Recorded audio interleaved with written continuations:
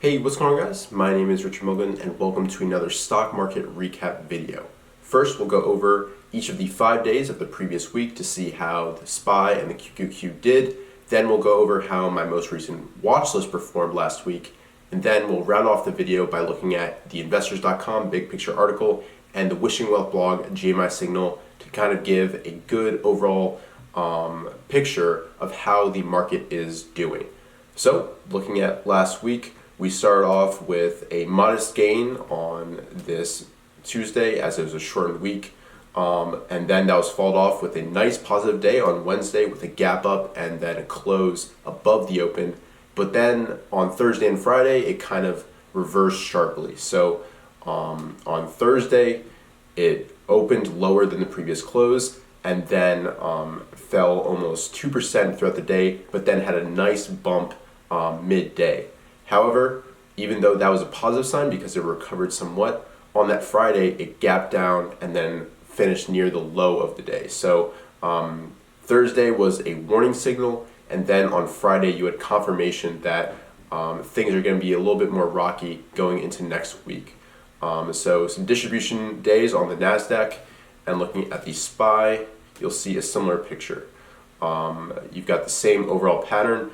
However, it is important to realize that we are still above the 30-day and 50-day moving averages, so still in a relatively short-term uptrend, and the overall uptrend is still up. We're within 5% of all-time highs for both the SPY and QQQ, so there's no real reason to be extremely worried about the current state of the market. This is most likely just a short-term pullback. And I always think it's a good idea to go to a guppy chart, which is just using a bunch of exponential moving averages. And currently you can see we're in a red, white, blue pattern. The SPY is a little bit weaker, but if you go to the QQQ, you can see that we've been in this strong uptrend since mid-October. So nothing too crazy happening here, just a nice short-term pullback as a lot of stocks were extended. And this just seems kind of normal for such a sharp increase of the indexes over the past couple of months.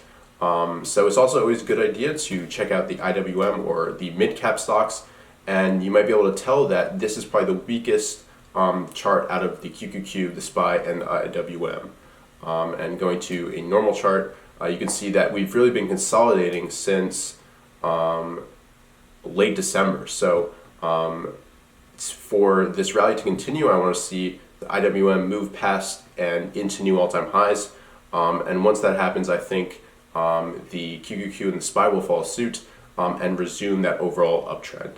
And you can see that the IWM was actually somewhat stronger than both the SPY and the QQQ because on Thursday it was actually up, and on Friday it didn't fall quite as hard. So maybe we'll see some rotation from those big cap growth names into more smaller cap and mid cap companies. Now I also always like to look at the FFTY, which is the Innovator IBD 50 ETF, and this provides an indication of how growth stocks are performing in the market. So if a lot of your portfolio is in growth companies like mine, this will kind of reflect how your overall performance is. And you can see that on Thursday, we recovered almost to the open, which was a positive sign, but then on Friday we were hit extraordinarily hard. And I felt this with ACMR and AMD in my portfolio, and I was actually stopped out of a lot of those names by my backstop. So I still think this is normal, and there's no reason to really be worried quite yet, but it is a sign to kind of take your foot off that accelerator and be a little bit more cautious with your individual investments. So I also want to now go over how my watch list performed this past week. So each and every week I post a video going over the stocks that I'm focused on for the next week. So you'll find the link to the most recent video of that in the description. So if you're wondering why I chose these stocks, check out that video and you'll see why. But overall I had 6 out of 13 stocks finished green, which is worse than it was performing until Friday, but a lot of these stocks got hit hard because they are those big growth names. but the best performer by far was ZM, which really broke out of this tightness right here very well and actually approached its green line. So it didn't quite break through. I thought it might have a green line breakout, but it bounced off that and then rebounded. But what I really like about the stock is the character that's showing. You see a lot of big up days showing accumulation from big institutions, and when it's a down day, there's not that much volume coming in. And even on this Friday, it did finish down on the day, but it recovered well off its lows. So this might consolidate right near the green line, and I'll be watching it for it to break out through that green line on above average volume.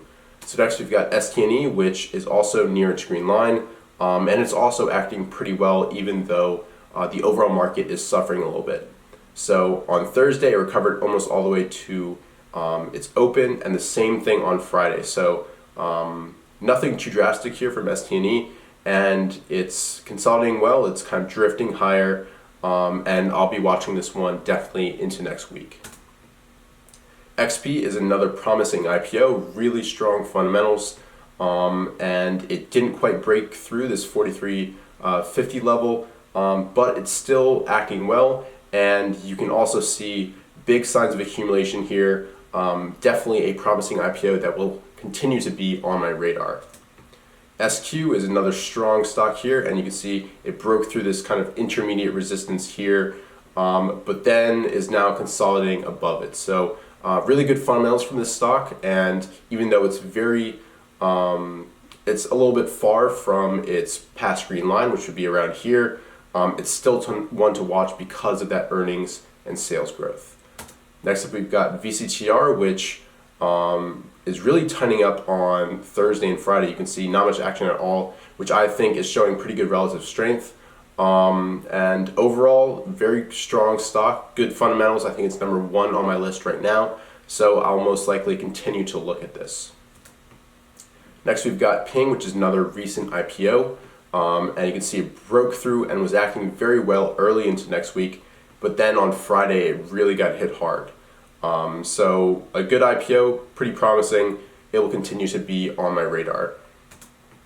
Next we've got iFi, which is still under this kind of intermediate level of resistance here that I identified, and it was acting pretty decently, just kind of going sideways, but on Friday it was hit pretty hard and finished near the low of the day, but it kind of found support at the 30-day moving average, and you can see that even though it was a down day, it was on below average volume.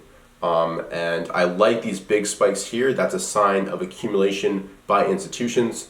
So strong stock. I'll continue to monitor this in the future. Next we have Coop, which also pulled back on Thursday and Friday, but again, not terribly big signs of selling.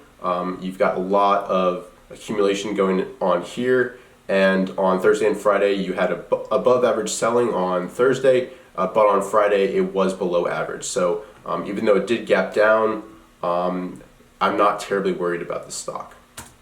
Next we have BX, which is pulling back since it really moved up sharply, and it still is below the 64.97 level.